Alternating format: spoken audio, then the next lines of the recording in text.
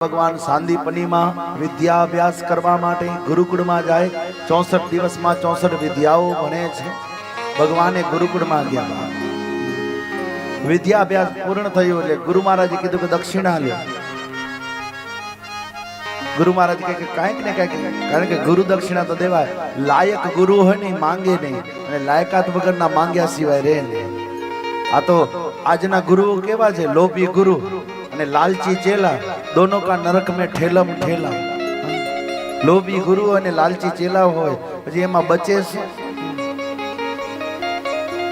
ગુરુ મહારાજ તો ના પાડી સાંભળે, ગુરુ પત્નીને મળવા માટે જાય છે। ગુરુ માતાને મળ્યા ત્યારે કીધું કે કંઈક લ્યો દક્ષિણામાં। ગુરુ મહારાજે તો ના પાડી છે, ગુરુ માતા પણ ના પાડે છે। હઠાગ્રહ કર્યો, લાલાને ખબર છે શું દેવું છે, ત્યારે ગુરુ માતાએ કીધું તારા જેવો મારો એક દીકરો હતો એ મરી ગયો છે, જો આપવું હોય તો મારો પાછો દીકરો આપી દે। ભગવાને મૃત પામેલો સાંદીપની અને ગુરુ માતાના વચનબદ્ધ થઈ અને યમરાજા પાસેથી દીકરો છોડાવીને આપ્યો છે। પછી તો ભગવાન અને દાઉજી બંને પાછા આવ્યા છે વિદ્યા અભ્યાસ કરીને। મથુરાના લોકો આરતી ઉતાર્યા। એક દિવસ મહેલની અટારીએ મથુરામાં બેઠા હતા, ગોકુળ તરફ દ્રષ્ટિ કરી, ગોકુળ તરફ દ્રષ્ટિ કરી ત્યાં તો વાલા ગોકુળવાસીઓ યાદ આવ્યા છે। મારા માં જસોદા યાદ આવી, ગાયો યાદ આવી, ગોપ બાળકો યાદ આવ્યા, નંદ બાબા યાદ આવ્યા છે। ઉદ્ધવજીને મોકલાવે છે। ઉદ્ધવજીને કીધું જા તું આ મારો સંદેશો દઈ આવ કે કૃષ્ણ તમને બહુ યાદ કરે છે। હવે ઉદ્ધવજી કોણ?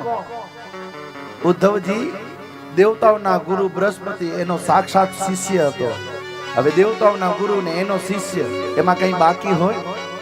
ઉદ્ધવજીને એમ થયું કે હું છે ને ગામની ગાંડી ગેલી ગોપીઓ છે એમને જ્ઞાન આપીશ, એમને કહીશ કે કૃષ્ણ શું છે ને એ તમને કેટલું યાદ કરે છે, અને હું મારા જ્ઞાનથી એમને રસબળ તોડ કરી દઈશ। બહુ અંગત વાત કહી દઉં, જ્ઞાની પુરુષો, જ્ઞાની લોકો ભગવાનને કોઈ દિવસ મેળવી ન શકે। જ્ઞાન તમને ભજન કરવામાં મદદરૂપ થાય, પણ જ્ઞાનથી તમને ભગવાન ન મળે। જેટલા જ્ઞાની લોકો છે ને, આ સબરીમાં આપણી માં હતી એ ક્યાં જ્ઞાની હે, પણ એ ભજનનો ભાવ એવો બાપ હે કે ભજનના પ્રભાવથી આખા જગતને એ રણકારા કરાવતી ગઈ। ભાવ પ્રધાન આપણી ભક્તિ છે, ભાવ પ્રધાન। ઉદ્ધવજી જ્ઞાની હતા, પણ પ્રભુ પ્રેમી, જ્યાં સુધી પ્રભુ પ્રેમી નહીં બનો ને ત્યાં સુધી ભગવાન કહે છે કે હું મળીશ નહીં। ઉદ્ધવજી રાજી થતા થતા ગોકુળ ગામની ગોપીઓને સંદેશો દેવા માટે આવ્યા। યમુનાના ધરામાં સ્નાનપાન ધ્યાન કરી કદમના વૃક્ષ નીચે બેઠા, ત્યાં તો ગોપીઓને થયું કે કૃષ્ણ આવ્યો છે। દોડતી દોડતી ગોપીઓ બધી આવે છે। ઉદ્ધવજી અને ગોપીઓનો સંવાદ થયો છે। કથા તો બહુ લાંબી છે, ક્યારેક અન્ય વખત આ પ્રસંગને બહુ લાડ લડાવાયો।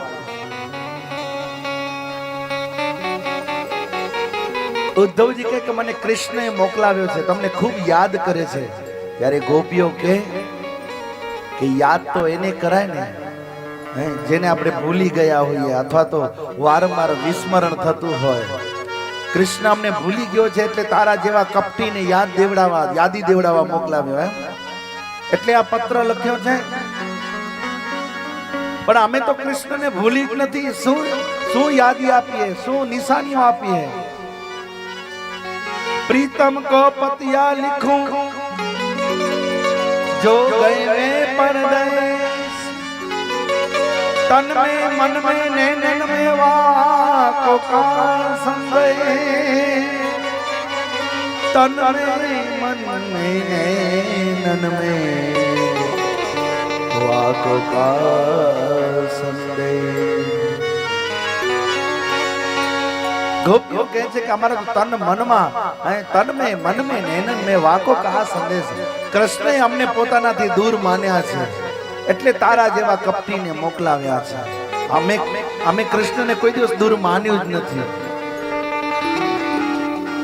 અને ઠપકો આપે છે, શું કામ? હવે તો એ મથુરાનો રાજા થઈ ગયો છે અને ત્યાં તો કેવી સારી રાણીઓ મળી છે। ગોપીઓ ઠપકો આપે છે। ઉદ્ધવજી ગોપીઓને વંદના કરી છે, ધન્ય છે તમારી પ્રેમ લક્ષણા ભક્તિને। તમને પ્રેમ કરતા આવડે છે. ભગવાને હવે ખબર મને પડી કે શેના માટે મોકલાવે છે. હું જ્ઞાની હતો પણ તમે તો જ્ઞાન ઉપર ભાવને એવો પ્રગટ કરી દીધું. પ્રેમ લક્ષણા ભક્તિની કોઈ સાક્ષાત મંત મૂર્તિ છે તો અમારી ગોપીઓ છે. अगर किसी को प्रेम करना सीखना है तो कभी कभी गोपियों के पास जाया करो, उनके चरित्र को पढ़ा करो. प्रेम किसे कहते हैं? કોઈકનું થોબડું ગમી જાય તો તારા જેવી તો રૂપાળી કોઈ નહીં, તારા જેવો રૂપાળો કોઈ નહીં. એને પ્રેમ ન કહેવાય ને હવસ કહેવાય. ये हवस की बात नहीं है, यहाँ पे प्रेम की बात है. विशुद्ध प्रेम. यहाँ पे शरीर की हवस की कोई बात ही नहीं है.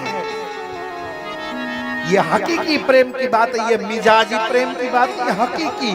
हमारे उर्दू की शायर कहते हैं इश्क तो दो प्रकार के होते हैं, एक हकीकी और दूसरी मिजाजी. ये फारसी का शब्द है, ये उर्दू का शब्द हकीकी. जो इश्क मेरे कृष्ण के साथ होता है. अरे लोग कहते हैं मोहब्बत एक बार होती है, लोग कहते हैं मोहब्बत एक बार होती है, लेकिन मेरे कृष्ण को देखता हूं तो मोहब्बत बार बार होती है. मेरे कृष्ण को देखता हूं तो मोहब्बत बार बार होती है. कभी इनको प्रेम किया करो. क्या तू हारी ने, तू ब्यूटीफुल ने, तू हेन्डसम, एमा पूરું થઈ ગયું બાપ.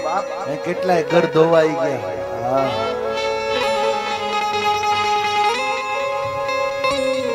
ઉદ્ધવજી લડ્યા છે બાપ. અરે સંદેશો કથા તો બહુ લાંબી છે પણ સંદેશો દેવા માટે આવે ને તો અવિનાશ કોઈ એક દિવસ, બે દિવસ, 3 દિવસ રોકાય. અમારા ઉદ્ધવજી ભાગવતમાં 6 મહિના રોકાણા છે. આહા, હવે તો પ્રભુ પ્રેમી બનીને જવું છે. ગોપીઓએ પ્રભુ પ્રેમી એટલું જ્ઞાન દઈ દીધું. પ્રેમ લક્ષણા ભક્તિ પ્રગટ થઈ. અને પછી પણ વ્રજમાંથી જ્યારે ઉદ્ધવજી ગયા છે ને તો વ્રજની માટીને માથે લગાડી છે. ધન્યોહમ વ્રજ સ્ત્રીણામ, ધન્ય છે વ્રજની સ્ત્રીઓની. તમને પ્રેમ કરતા એટલે આજે પણ કોઈ જાય ને વ્રજમાં તો આપણે કહીએ વ્રજની રજ લાવજો હો. ઉદ્ધવજી વ્રજની રજને માથે લગાડી. ઉદ્ધવજી કૃષ્ણને મળ્યા, મળીને રડે છે, કઈ બોલી શકતા નથી. કૃષ્ણ કે શું થયું ઉદ્ધવ? ત્યારે ઉદ્ધવજી કે કનૈયા તું જાજે હો. ગોકુળ ગામની ગોપીઓ તારા વગર જાણે એની અંદર પ્રાણ નો, હૃદય વગરનું શરીર ફરતું હોય ને, આત્મા વગરનું શરીર ફરતું હોય ને એવું લાગી રહ્યું છે. એની આત્મા તું છો લાલા, તું જઈ આવજો. અરે તું કેતો તો જ્ઞાન આપીશ. નહીં, ગોપીઓની આગળ મારું જ્ઞાન બધું પૂરું થઈ ગયું. આ ગામની ગોપીઓ ક્યાં ભણવા ગઈ હતી? અભણ ગોપીઓ એ જ્ઞાની ઉદ્ધવજીને પાછો વાળી દીધો.